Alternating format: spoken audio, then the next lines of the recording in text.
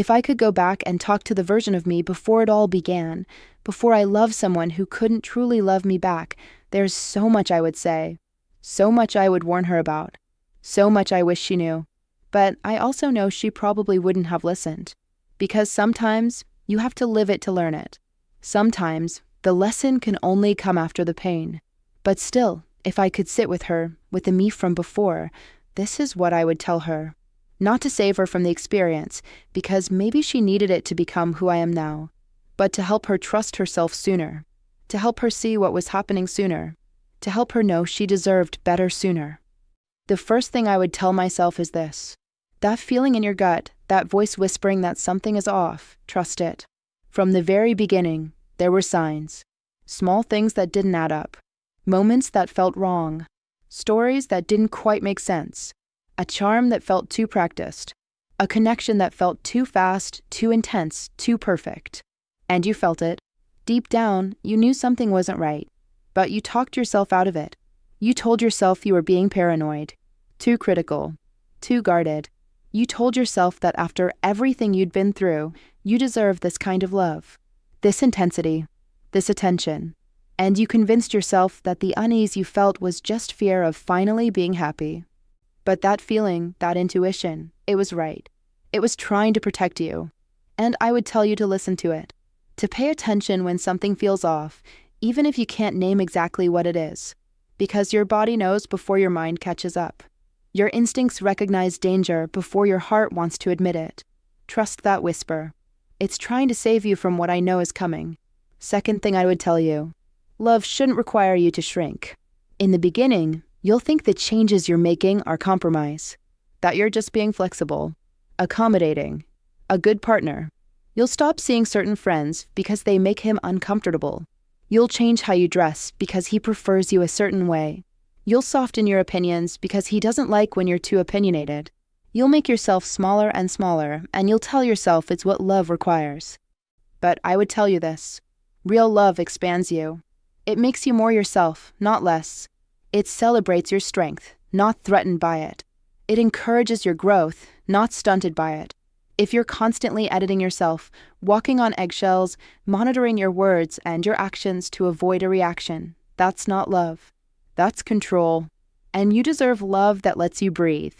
That gives you space to be fully, completely, unapologetically yourself. The shrinking will happen so gradually you won't notice it at first. But I'm noticing it now, looking back. And I would beg you to see it, to recognize that the person you're becoming in this relationship is smaller, quieter, less vibrant than the person you were before. And that's not growth. That's not love. That's erasure. Third thing I would tell you. His version of love is performance, not reality.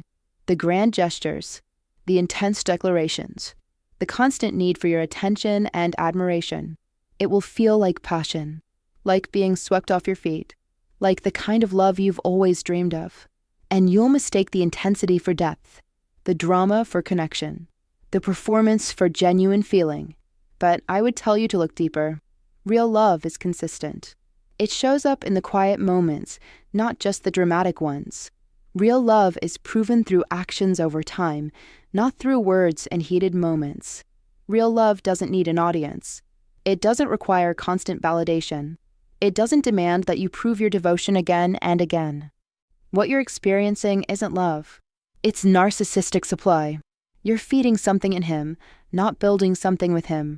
And the moment you can't give him what he needs, the moment you're struggling and need support instead of providing it, the moment you're not reflecting back the image he wants to see, you'll discover how conditional this love actually is. I would tell you to watch what he does, not what he says. To notice that the grand gestures are always public, but the private moments are cold. To see that the declarations of love come when he needs something from you. To recognize that this performance has nothing to do with who you actually are and everything to do with what you represent to him. Fourth thing I would tell you. You're not crazy, you're being gaslit. There will be moments when you question your own memory, your own perception, your own sanity. He'll tell you conversations didn't happen the way you remember. He'll deny saying things you clearly heard. He'll twist situations until you're not sure what's real anymore. He'll make you feel like you're too sensitive, too emotional, too dramatic, too demanding. And slowly, you'll start to believe him. You'll start to doubt yourself. You'll apologize for things you didn't do. You'll accept blame for his reactions. You'll think there's something wrong with you for not being able to make this relationship work.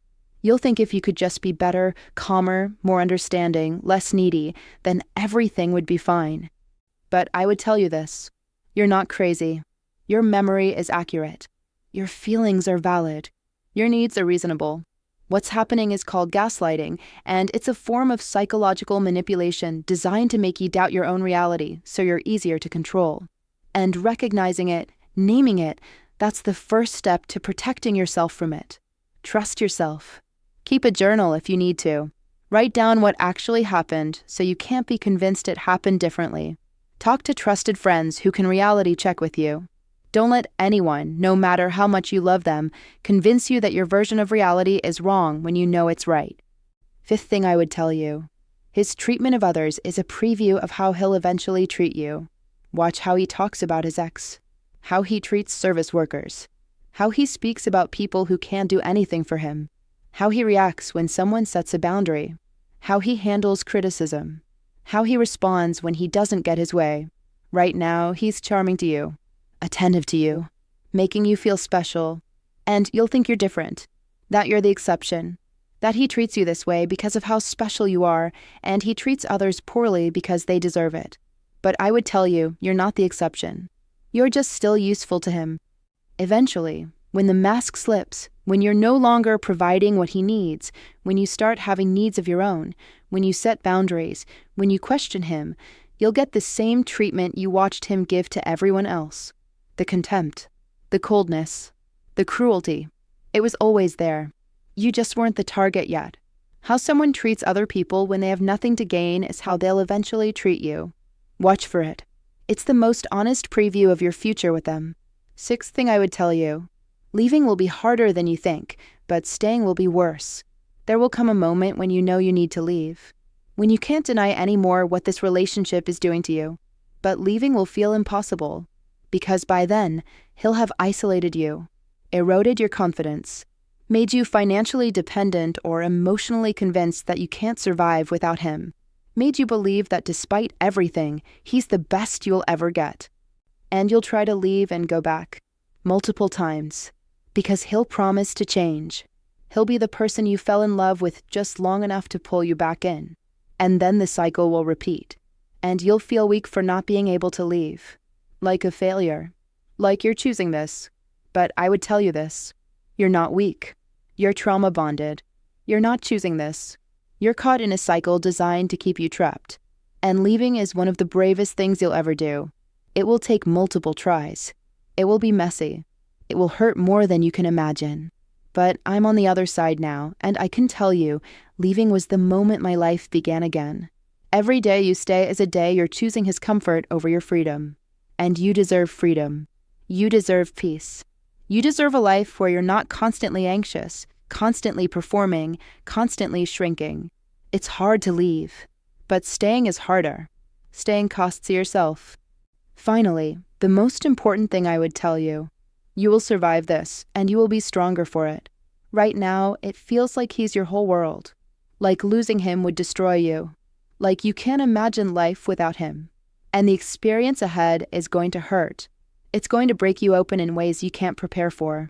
You're going to question everything about yourself. You're going to grieve not just him, but who you thought he was, who you thought you were together. But I would tell you that on the other side of this pain is a version of you that is stronger, wiser, clearer, more boundaried, more self-aware than you can imagine right now. This experience will teach you things about love, about manipulation, about yourself, about what you deserve, that you couldn't have learned any other way. It will make you someone who can spot red flags from miles away. Someone who trusts herself deeply. Someone who will never again allow herself to be diminished. You will survive this. You will heal from this. And you will use what this experience teaches you to build a life so beautiful, so authentic, so full of real love and real connection that you'll look back at this time and feel grateful you got out. Grateful you learned. Grateful you're no longer that person who didn't know what you know now. This is what I would tell myself before loving a narcissist. Trust your gut. Don't shrink. See performance for what it is. You're not crazy. Watch how he treats others. Leaving will be hard, but worth it. And you will not only survive, you will thrive. If you're watching this and you see yourself in this story, know this. You're not alone. You're not crazy. You're not weak.